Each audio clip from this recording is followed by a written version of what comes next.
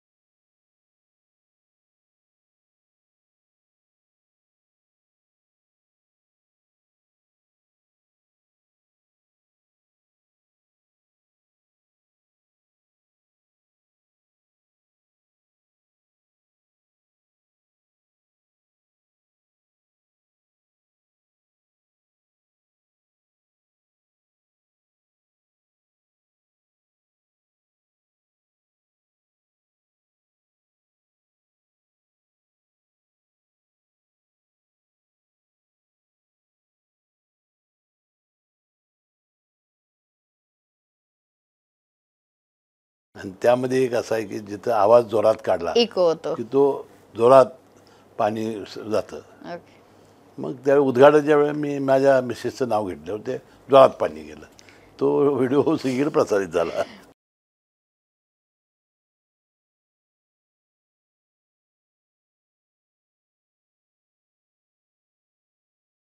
अध्यक्षपदाचा मुद्दा कधीच कोल्हापूरच्या बाहेर नाही गेला. ह्यावेळेस राज्यातले नेते पण लक्ष घालत होते. आणि त्यांनी सांगितलं की बाबा मुख्यमंत्री उपमुख्यमंत्र्यांनी युतीचाच चेअरमन करायचं सांगितलं. त्यामुळे तो मुद्दा वरती गेला.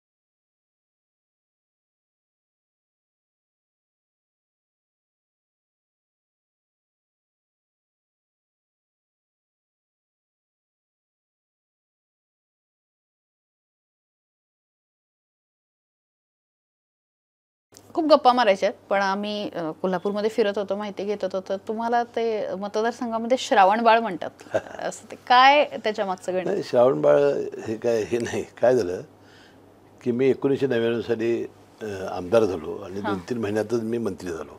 बरं विशेष सहाय्यक खातं आलं. बरं. विशेष सहाय्यक खातं म्हणजे संजय गांधी निराधार योजनेचं खातं. त्यामध्ये बॅरिस्टर अंतरी साहेबांनी योजना सुरू केली होती. तर या संजय गांधी निराधार योजनेमध्ये काही त्रुटी होत्या की ज्या अनेक वर्ष माझ्या निदर्शनास आल्या होत्या. विधवा भगिनीला पेन्शन मिळण्यामध्ये अडचणी होत्या. परित्यक्त्या भगिनीला पेन्शन मिळण्यामध्ये अडचणी होत्या. त्याशी मी एक नवीन योजना काढली, श्रावण बाळ. बरं. की 65 वर्षाच्या वरची आईवडील जे आहेत त्यांना मुलं बघत नाहीत, सुना पोटाला घालत नाहीत, अशा दोघांना 65 वर्षाच्या आईवडिलांना आपण पेन्शन देणारी योजना आणली. त्याचं नाव श्रावण बाळ ठेवलं. आणि ते राज्यभर माझं नाव श्रावणबाळ झालं. त्याच्यामुळे मतदारसंघामध्ये पण ते त्या नावाने हे करतात.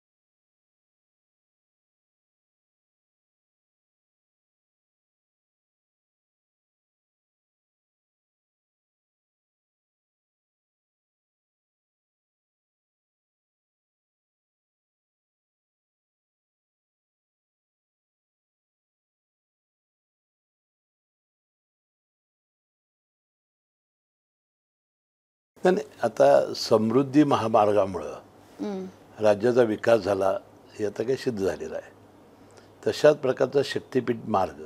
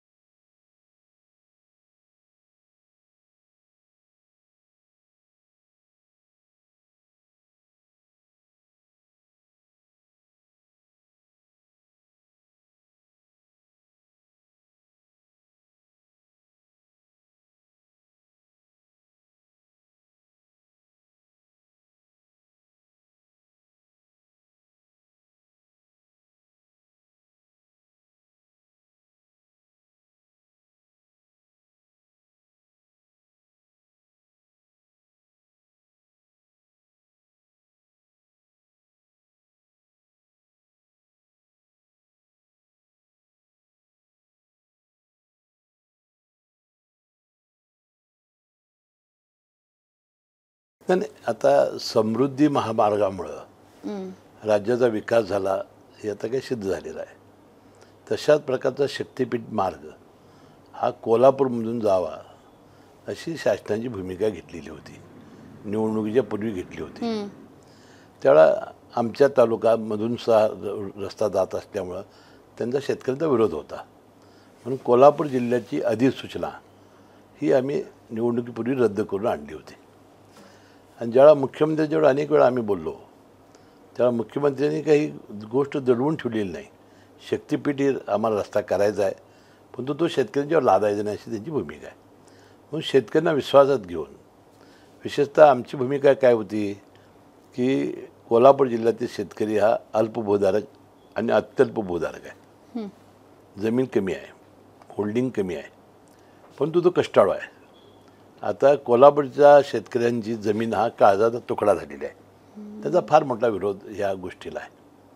त्यामुळं त्यांना जमीन काढून घेणे त्यांना शक्य होत नाही.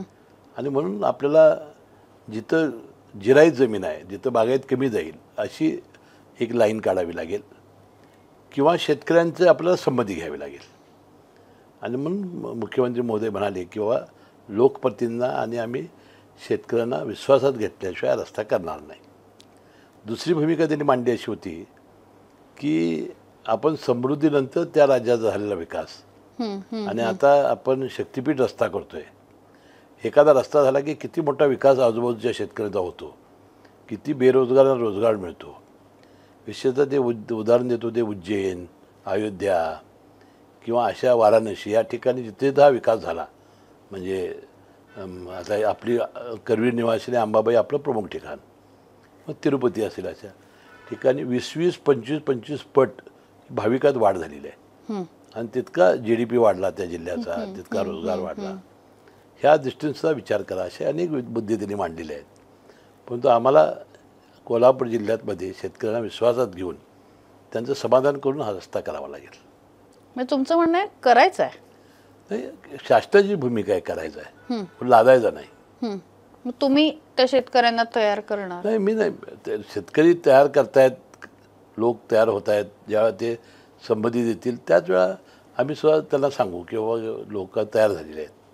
पण मग त्याच्यात खूप भूमिका आहेत. म्हणजे एकतर शिंदेंनी सांगितलं होतं, एकनाथ शिंदेनी ते मुख्यमंत्री असताना की आपण हा रद्द करतोय, आणि परत फडणवीसांनी घेतला. काय म्हणजे फार गोंधळ आहे सगळं. नाही, MSRDCचा रस्ता आहे, एकनाथ शिंदे साहेबांच्या खात्याचा रस्ता आहे हा. फडणवीस साहेबांचा रस्ता व्हावा अशी जरी भूमिका असेल तर शिंदे साहेबांची भूमिका आहे. त्यांनी निवडणुकीच्या आधी वेगळं कोल्हापूर जिल्ह्यापुरतं कोल्हापूर रस्ता काय रद्द केलेला नव्हता. कोल्हापूर जिल्ह्याची अधिसूचना ती रद्द केली होती. थोडीशी लाईन बदलून करता येते का ते प्रयत्न करतायत. तसं काय होत आहे? नाही, 2-3 त्यांचे पर्याय आहेत आमच्यासमोर. मग इतर नेत्यांची वगैरे तुमची बोलणं होतं का? म्हणजे या मुद्द्यावर बैठका, शिवसेनेचे आमदार आहेत, इतर पक्षांचे आमदार आहेत, तुम्ही एकत्रित या विषयावर बसताय का? मुख्यमंत्री महोदय आमच्यावर बोलतात, बरं, आम्ही आमदार एकत्र बोलतो, चर्चा करतो.